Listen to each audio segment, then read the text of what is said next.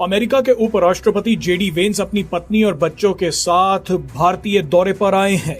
JD Vance अपनी पत्नी Usha veins और 3 बच्चों इवान, विवेक और मीराबेल के साथ 4 दिनों तक भारत में रहेंगे।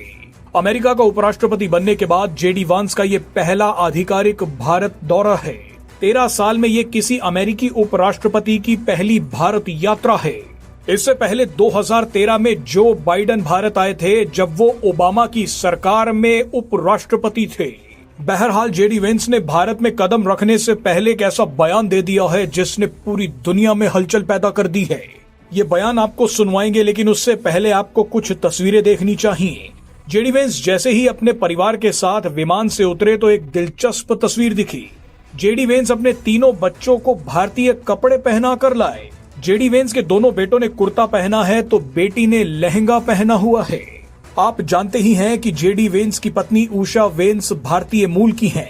इन तस्वीरों के बाद एक और तस्वीर आई जिसे देखकर आपको मजा आ जाएगा।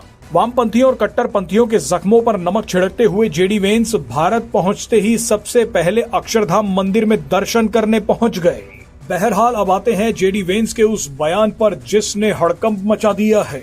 आपको बता दें कि भारत से ट्रेड डील करने के लिए अमेरिका और चीन एक दूसरे को खूब कोस रहे हैं, एक दूसरे को जमकर बेइज्जत कर रहे हैं। इसी कड़ी में जेडी वेंस ने चीन के लिए एक ऐसे शब्द का इस्तेमाल किया जिसे करोड़ों चीनी लोगों ने अपने लिए गाली मान लिया है।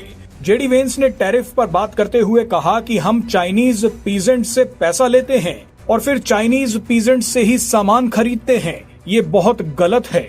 आपको बता दें कि जेडी वेंस ने यहाँ जानबूझकर पीजेंट्स शब्द का इस्तेमाल किया है। पीजेंट शब्द ने चीन का कलेजा चीर दिया है। आपको बता दें कि आज के जमाने में पीजेंट शब्द का इस्तेमाल ना के बराबर होता है। सदियों पहले राजा महाराजाओं के समय इस शब्द का इस्तेमाल होता था। उस समय पीजेंट्स को गरीब कहा जाता था। पीजेंट्स उन्हें कहा जाता था जो खेतों में लेबर्स की तरह काम करते थे। उस समय पीजेंट्स के पास जमीन नहीं होती थी, वो बस इतना कमा पाते थे कि गुजारा हो जाए। आज के समय में कोई इस शब्द का प्रयोग नहीं करता। इस शब्द को एक इंसल्ट या गाली के तौर पर माना जाता है।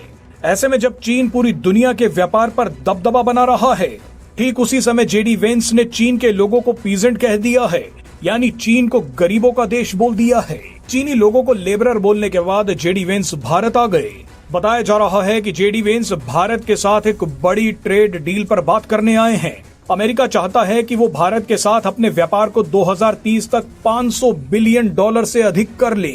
अमेरिका चाहता है कि किसी भी कीमत पर भारत और चीन के बीच होने वाला व्यापार कम हो जाए। बहरहाल जेडी वेंस के बयान के बाद अब चीन ने भी जबरदस्त पलटवार किया है। चीन ने भी भारत को लुभाते हुए अमेरिका की धज्जियां उड़ा दी।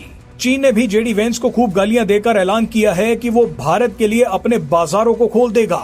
चीन ने भारत से कहा है कि आप हमारे देश में मेड इन इंडिया सामान बेचिए, हम आपके लिए एक बड़ी मार्केट हैं। अब बताइए भारत के लिए अमेरिका और चीन किस तरह से लड़ रहे हैं।